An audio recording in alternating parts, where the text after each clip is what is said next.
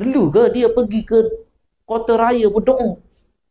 Patut dalam Masjid Rosila sudahlah. Sebab Masjid Rosila tu rahmat tahu Nabi pernah pergi 2 kali. Saya mimpi Rasulullah datang melawat kampung Rosila. Tempat singgahan Nabi tu Masjid Rosila. Takkanlah Allah tak mabur doa dia. Fikir logik tu. Supaya kita tak kena tipu dengan PAS. Kenapa perlu berdoa di kota Kuala Lumpur? Kenapa perlu berdoa dalam Dewan Parlimen? Berdoa dekat Masjid Rosila cukuplah. Kau ingat Allah tak ada ke Masjid Rosila tu? Kalau Nabi pernah singgah 2 kali, mabur lah Masjid Rosila situ. Lepas tu dia cerita Haji Hadi mimpi Nabi. Saya tak percaya langsung. Sebab yang sebenarnya bukan dia mimpi jumpa Nabi. Dalam mimpi tu Nabi jumpa Haji Hadi. Mari dia terus beri salam. Dia sebut nama saya, Assalamualaikum Abdullah Hadi. Dia mari diiringi oleh beberapa orang sahabat dia. Nabi jumpa Haji Hadi dalam mimpi, itu betul. Tapi dia tengok wajah Nabi hitam.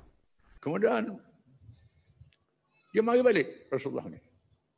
Dia mari jalan, kok jalan tu saya tengok muka dia hitam dan masam, sedih.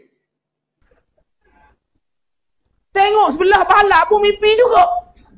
Sebab saya pun pernah mimpi Nabi Muhammad. Dalam mimpi saya tanya pada Datuk Tuan Ibrahim. Datuk Tuan Ibrahim kata, ya mesti dia ada. Dia bukan kira bangsa, dia tengok orang yang siapa yang baik yang.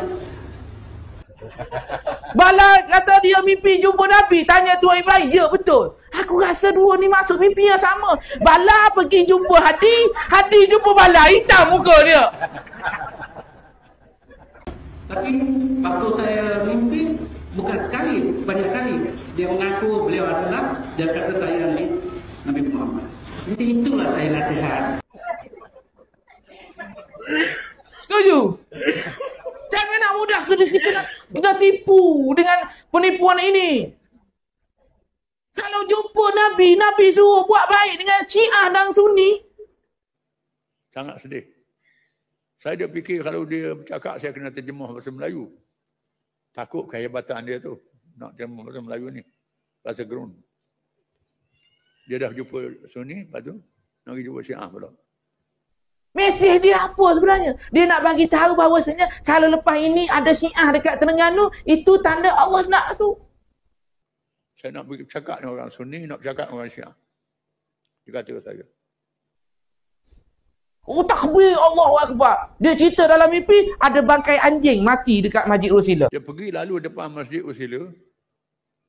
Tiba-tiba ada bakar anjing. Bakar anjing yang buruk duduk depan masjid. Takkanlah anjing tu di AP? Mengapa tak buang bakar anjing ni, malulah. Saya buat macam ni. Nabi mari ada bakar anjing depan masjid. Tak buang. Mesti anjing tu. Minta maaf lah kalau sebut kasar. Lah tu. Lepas masjid Allah, saya mimpi Rasulullah.